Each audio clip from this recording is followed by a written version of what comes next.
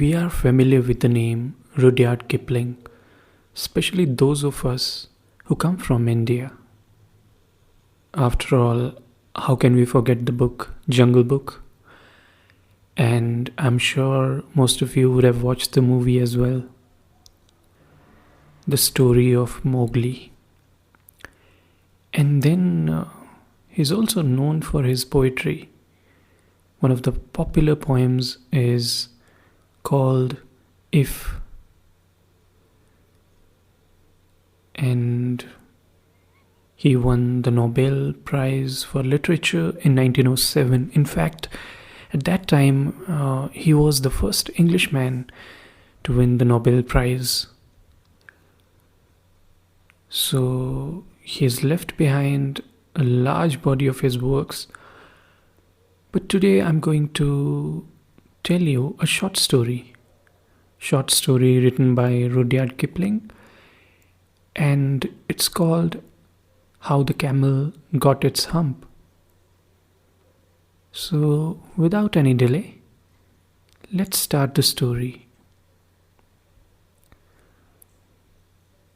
In the beginning of years, when the world was so new and all the animals were just beginning to work for man, there was a camel, and he lived in the middle of a howling desert because he did not want to work.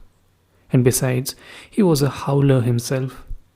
So he ate sticks and thorns and tamarisks and milkweed and prickles, most excruciating idle, and when anybody spoke to him, he said, "Humph," just humph, and no more.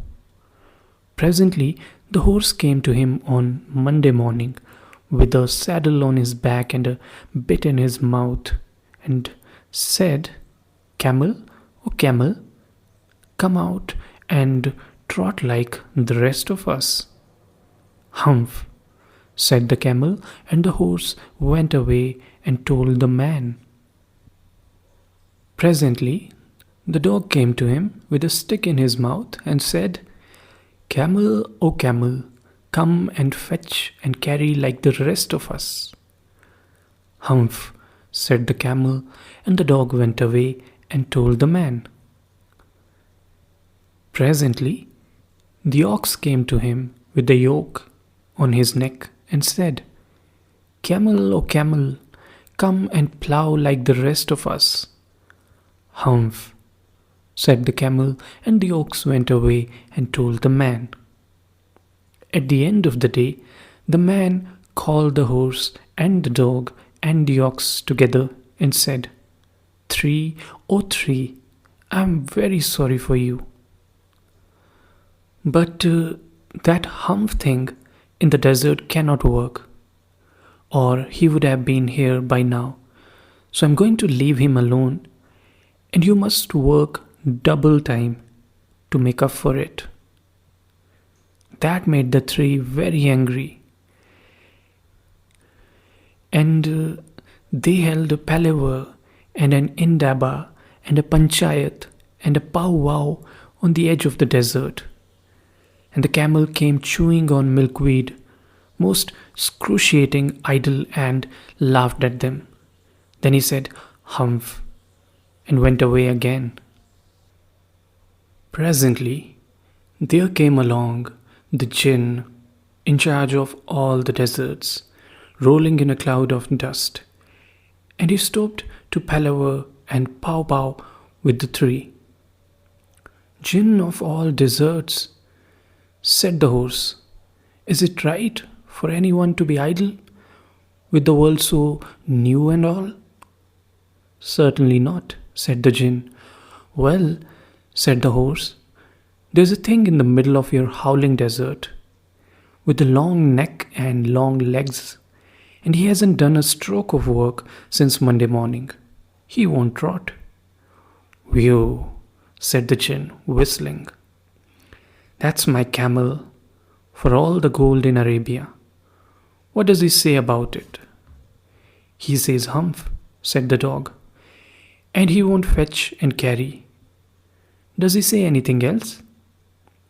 "Only humph." "And he won't plough," said the ox. "Very good," said the gin. "I'll hump him if you will kindly wait for a minute." The gin rolled himself up in his dust cloak and took a bearing across the desert and found the camel most excruciatingly idle, looking at his own reflection in a pool of water.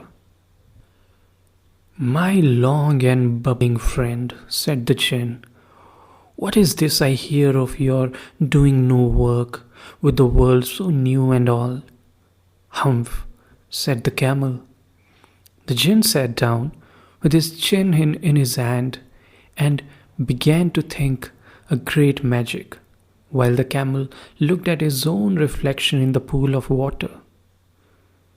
"You've given the 3 extra work ever since Monday morning, all an account of your excruciating idleness," said the gin, and he went on thinking magics with his chin in his hand. "Humph," said the camel. "I shouldn't say that again if I were you," said the gin.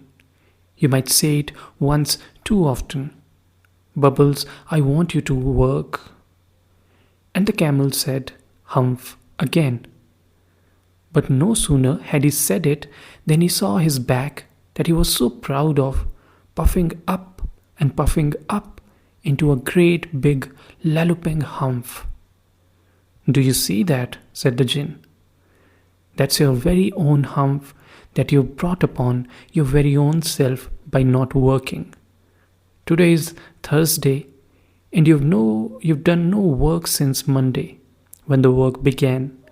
Now you're going to work." "But how can I," said the camel, "with this humph on my back?"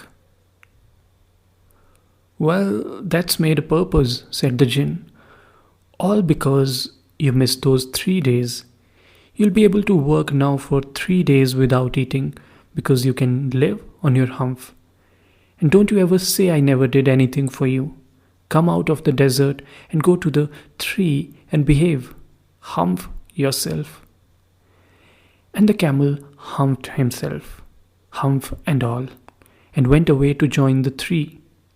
And from that day to this, the camel always wear a humph. But he has never yet caught up with the 3 days that he missed at the beginning of the world, and he has never yet learned how to behave.